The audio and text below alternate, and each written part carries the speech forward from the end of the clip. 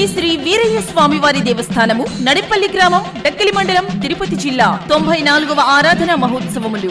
కార్యక్రమ వివరములు. తేదీ 2024 ఏప్రిల్ 6వ తేదీ త్రయోదశి శనివారం ఉదయం 4:30 విఘ్నేశ్వర పూజ, మహాన్యాస పూర్వక రుద్రాభిషేకము. ఉదయం 7:15 నుండి 9 గంటల వరకు శ్రీ సుదర్శన హోమం, సర్వదర్శనం. మధ్యాహ్నం 12 గంటలకు మహానైవేద్యం. మధ్యాహ్నం 1 గంట నుండి రాత్రి 10 గంటల వరకు అన్నదాన కార్యక్రమము. రాత్రి 9 గంటలకు సాంస్కృతిక కార్యక్రమములు. రాత్రి 12 గంటలకు శ్రీ స్వామివారి గ్రామోత్సవము. 2024 ఏప్రిల్ 7వ తేదీ ఆదివారం పొంగళ్లు జరుగును. కావున వేలాది మంది భక్తులు శ్రీ స్వామివారి ఆరాధన మహోత్సవంలో పాల్గొని శ్రీ స్వామివారిని దర్శించి తరించ ప్రార్థన. ప్రధాన అర్చకులు విసి శర్మ, శ్రీ శ్రీ వీరయ్య స్వామి ట్రస్టు మరియు గ్రామ కమిటీ. ఇట్లు ఏఎం రత్నం, సర్పంచ్, నడిపల్లి గ్రామం, డక్కిలి మండలం. Welcome to MMC news.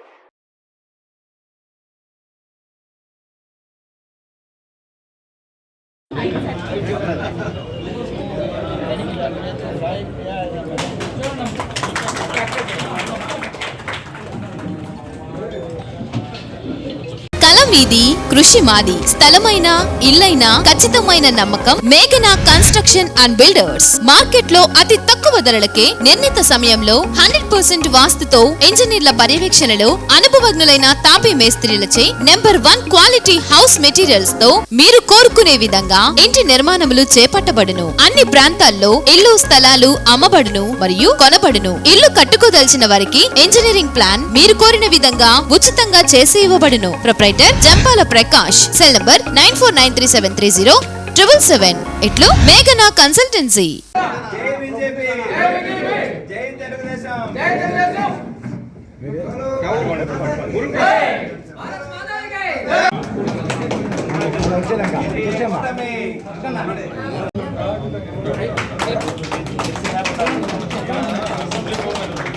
చూడన్నా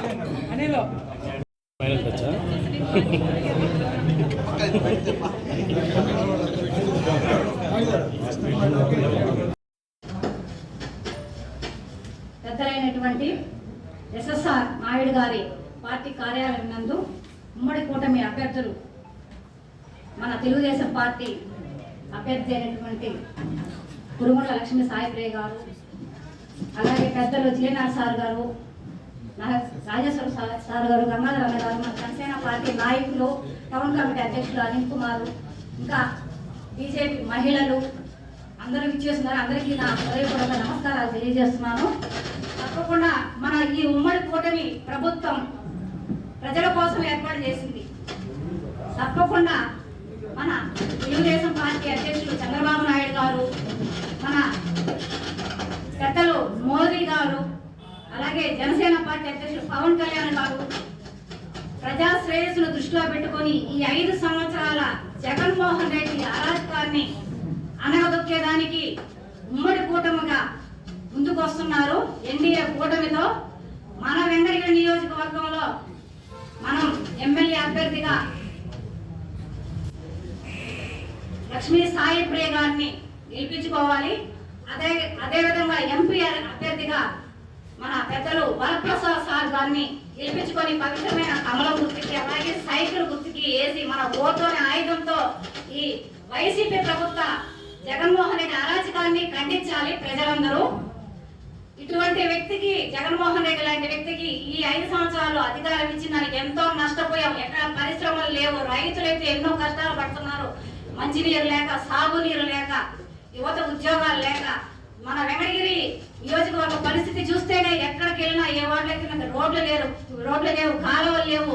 అలాగే వృద్ధుల విషయానికి వస్తే వాళ్ళ పెన్షన్లు తీసేశారు. 1 సంవత్సరం రాసినట్టు రాసి ఎలిజిబుల్ అయిన వాళ్ళకి వెంటనే ఏదో ఒక సాకులు చెప్పి కరెంటు బిల్లు ఉందని, 100 చదరపు అడుగుల స్థలం ఉందని, ఏయో కొంటి సాకులతో వాళ్ళ యొక్క పెన్షన్ తొలగించి వాళ్ళ ఆవేదనకు గురి అవుతున్నారు.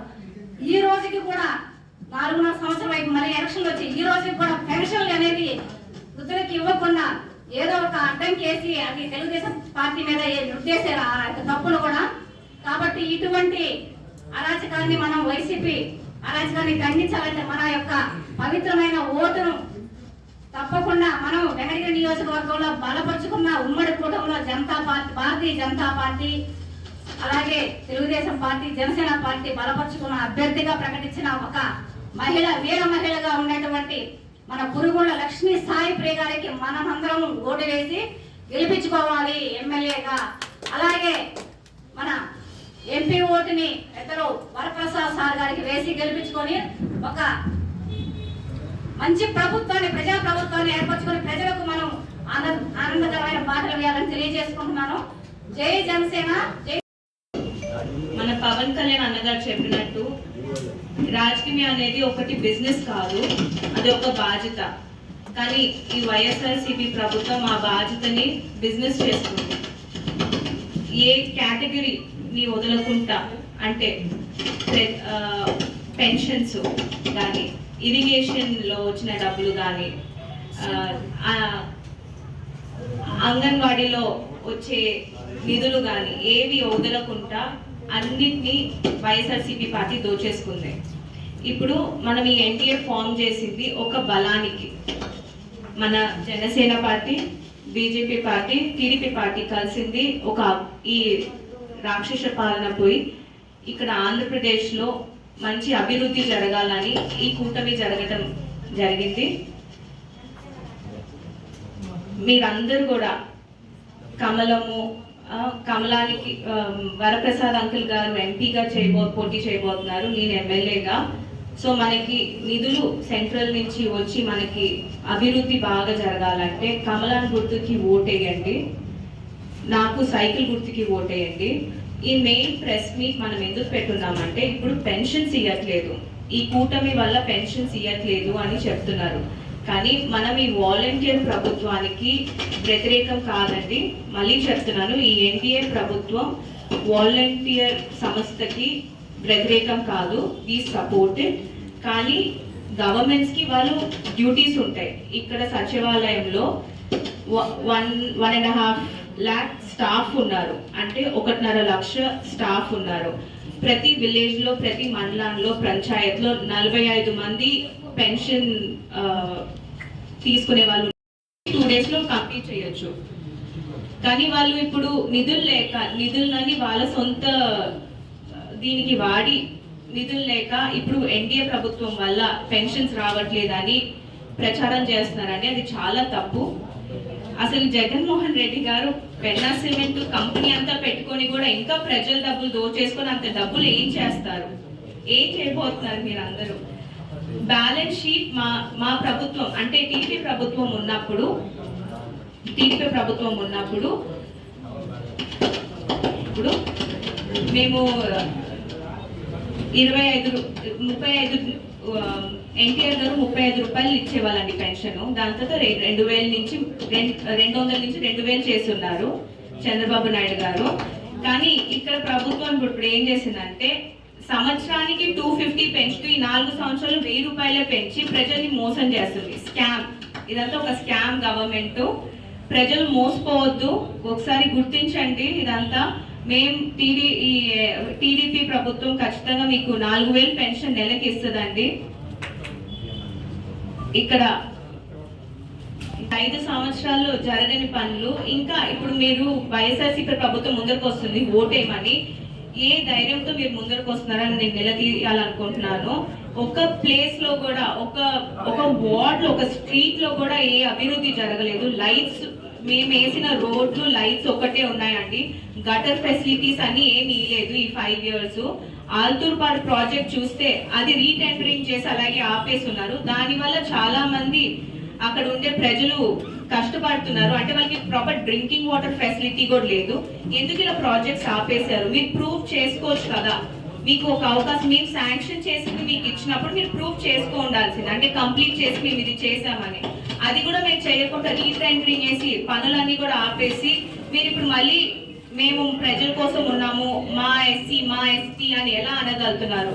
ఇప్పుడు చెప్తున్నారు టీడీపీ ప్రభుత్వము రిచ్ పీపుల్ తో రాజకీయం చేస్తుందని. కానీ ఇది ఇక్కడ ఎంపీ అభ్యర్థిగా వరప్రసాద్ గారికి పొజిషన్ ఇచ్చారండి క్యాండిడేట్ గా.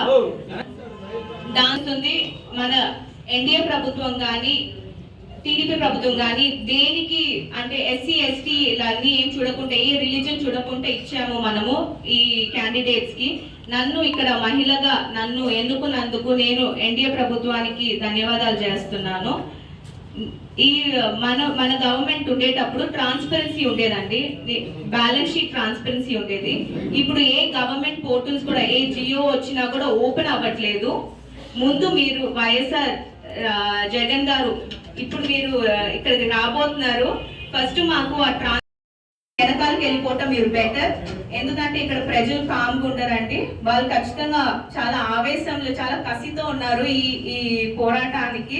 వాళ్ళు ఖచ్చితంగా మిమ్మల్ని వచ్చి ప్రశ్నిస్తారు. సో ఇది నేను మీకు ఒక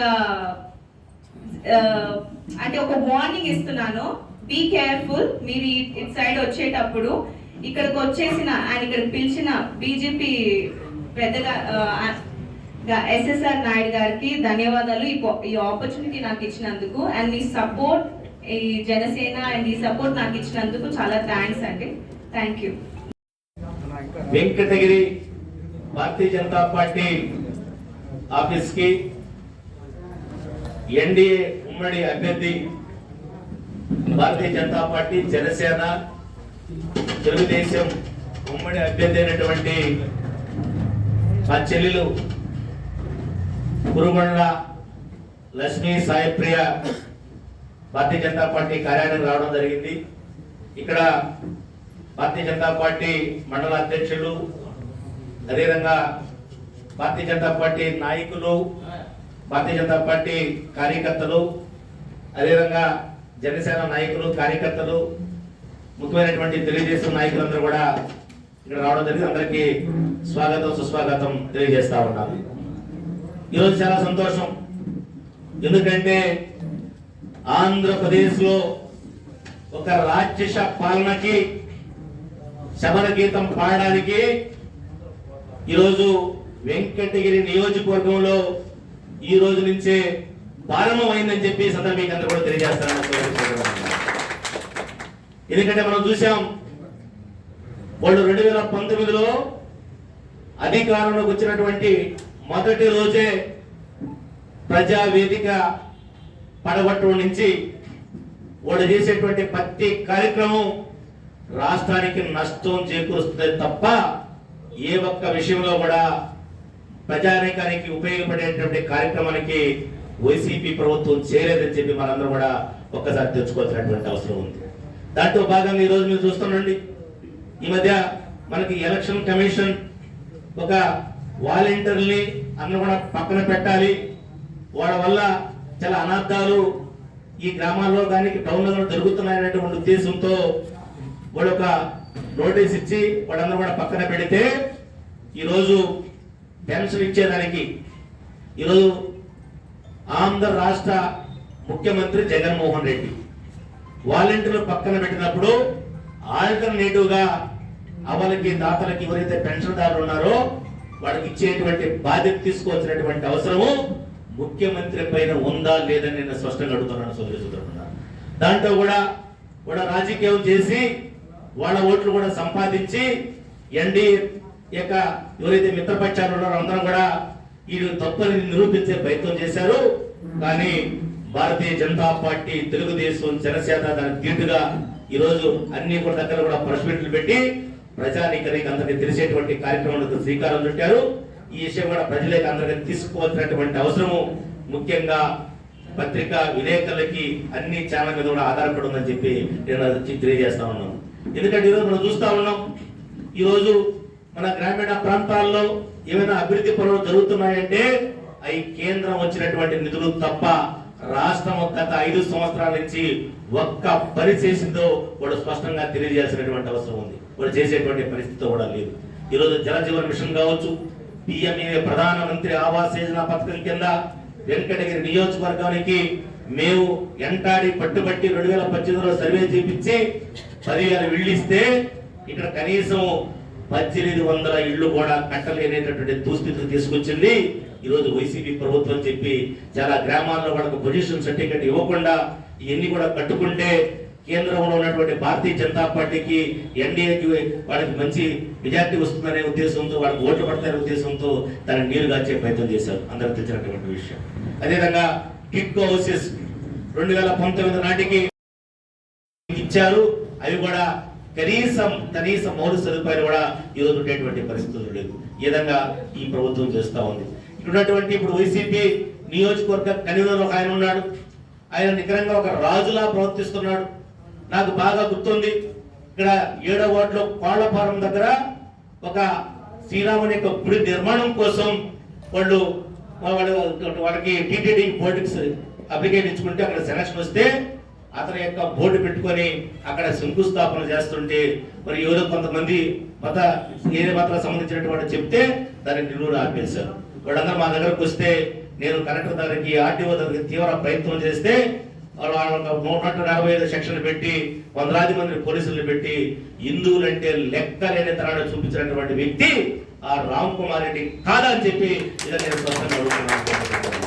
ఈ రోజు ఎలక్షన్ వచ్చిన సందర్భంగా మరలా ఈ మధ్య మేము ఒత్తిడి చేస్తే మరలా బోర్డు తీసేసి మీరు కట్టుకోమని చెప్పి వాళ్ళకి టీమ్స్ ఇప్పించినట్టుగా మళ్ళీ వాళ్ళని పిలిపించుకొని వాళ్ళ చేత సాల్స్ తెప్పించుకొని చేసేటువంటి ప్రయత్నం చేస్తున్నారు. నేను హిందువులకు ఒకటే తెలియజేస్తా ఉన్నాను, ఎవరైనా మన హిందుత్వం కోసం ఉండేటువంటి వారు ఉంటే రామ్ కుమార్ రెడ్డికి ఒక్క ఓటు కూడా ఇవ్వాల్సినటువంటి అవసరం లేదు. ఎవరైనా వేశారంటే నా దృష్టిలో వాడు హిందువులే కాదని చెప్పి ఇదంతా నేను తెలియజేస్తా ఉన్నాను. ఎందుకంటే హిందూ ద్రోహి ఈరోజు రామ్ కుమార్ రెడ్డి వెంకటగిరి నియోజకవర్గంలో పొరపాటున రామ్ కుమార్ రెడ్డి మరలా గెలిస్తే ఇప్పుడున్నటువంటి దేవాలయాలు ఏదైతే ఉన్నాయో రాష్ట్రంలో ఏ విధంగా వాడు దేవాలయాల మీద కచ్చి కట్టి ఏ విధంగా చేస్తున్నారో అదే పరిస్థితి వెంకటగిరి కూడా వస్తుంది. ఆ విధంగా రాకుండా ఉండాలంటే ప్రతి హిందువు ఆలోచించాల్సినటువంటి అవసరం ఉంది. ఈ రోజు ఎన్డీఏలో భారతీయ జనతా పార్టీ, జనసేన, టీడీపీ కలిసి పనిచేస్తున్నాయి. మీ యొక్క పవిత్రమైనటువంటి ఓటు హిందువులందరూ కూడా ఆలోచన చేసి కులాలు, మతాలు, వర్గాలు, వర్ణాలు పక్కన పెట్టి మన అభివృద్ధి ధ్యేయంగా మనం పనిచేయాలంటే ఇక్కడ ఎన్డీఏ అభ్యర్థి, తెలుగుదేశం ఎమ్మెల్యే అభ్యర్థి లక్ష్మీ సాయిప్రియ, అదేవిధంగా మనకి వరప్రసాద్ గారు మనకి ఎంపీగా పోటీ చేస్తున్నారు. భారతీయ జనతా పార్టీ తరఫున ఒక గుర్తు సైకిల్ గుర్తుకి, ఇంకొకటి కమలం గుర్తుకి వేసి ఓటు వేస్తే ఈ పరిసర ప్రాంతాల్లో ఏదైతే పెండింగ్ ఉన్నటువంటి పనులన్నీ కూడా పూర్తి చేసేటువంటి బాధ్యతను నేను కూడా తీసుకుంటానని చెప్పి కూడా మరొకసారి తెలియజేస్తాను. కేంద్రం అవసరమైతే కేంద్రం దృష్టికి తీసుకెళ్లి ఇక్కడ నేను పదే చెప్తా ఉంటాం మీ అందరికి కూడా, మనం పాలింగ్కోట మీదుగా కొండ దాటి రాజంపేట వరకు నేషనల్ హైవే ఒకటి చేయాల్సినటువంటి అవసరం ఉంది. అదేవిధంగా ఏర్పేట నుంచి ఎంగంటేటిపల్లి వరకు 10 ఫ్యాక్టరీలు తీసుకురావాల్సినటువంటి అవసరం ఉంది. మన వెంకటగిరి పురపాలక పట్టణంలో చాలా మంది నిరుద్యోగులు, యువకులు, విద్యావంతులు, మహిళలు చాలా మంది ఎలాంటి ఉపాధి లేక ఉన్నటువంటి వేలాది మంది ఉన్నారు. ఎవరికైతే మ్యాన్ పవర్ అవసరమో అటువంటి ఫ్యాక్టరీలను తీసుకొచ్చి వాళ్ళందరూ కూడా 25,000, 30,000, 40,000, 50,000 రూపాయలు శాలరీ వచ్చే విధంగా చేసి అందరూ ఉపాధి కల్పించాల్సినటువంటి అవసరం అందరిపైన ఉంది. అది ఒక్క ఎన్డీఏ మాత్రమే చేయగలదని చెప్పి మరొకసారి మీరు కూడా తెలియజేస్తాను. అంతేకాదు ఇది కూడా చేయాలంటే ఎన్డీఏ అభ్యర్థులు గెలిపించాల్సినటువంటి అవసరం ఉంది. కాబట్టి వెంకటగిరి నియోజకవర్గ ప్రజలందరూ కూడా ఆలోచన చేసి ఒక్క అవకాశాన్ని లక్ష్మీ సాయిప్రియకి సైకిల్ గుర్తుపై ఎమ్మెల్యే ఓటు, అదేవిధంగా ఎంపీ కేంద్ర ప్రభుత్వం భారతీయ జనతా పార్టీ నరేంద్ర మోడీ బలపరిచినటువంటి అభ్యర్థి, ఇక్కడ టీడీపీ జనసేన బలపరిచినటువంటి అభ్యర్థి వరప్రసాద్ గారికి కమలం గుర్తుపై మా యొక్క పవిత్రమైన ఓటు గెలిపిస్తే ఇవన్నీ కూడా సాధ్యమవుతాయని చెప్పి మరొకసారి అందరూ కూడా తెలియజేస్తూ శరవణ భవ వర్క్ యూపీవీసీ మ్యానుఫ్యాక్చరింగ్ తయారీ, UPVC mosquito, UPVC Windows, UPVC partition మరియు అల్యూమినియం పార్టిషన్, అల్యూమినియం విండోస్ మరియు అల్యూమినియం మస్కిటో. మా ప్రత్యేకత స్టీల్ ఎలివేషన్ వర్క్ మరియు గ్లాస్ ఫిట్టింగ్ చేయబడును. సరసమైన ధరలోనే లభించును. Contact K Subrahmanyam Achari, cell number 9706431110, Nellore road, Nagamandiram ఎదురుగా, వెంకటగిరి టౌన్. శరవణ భవ.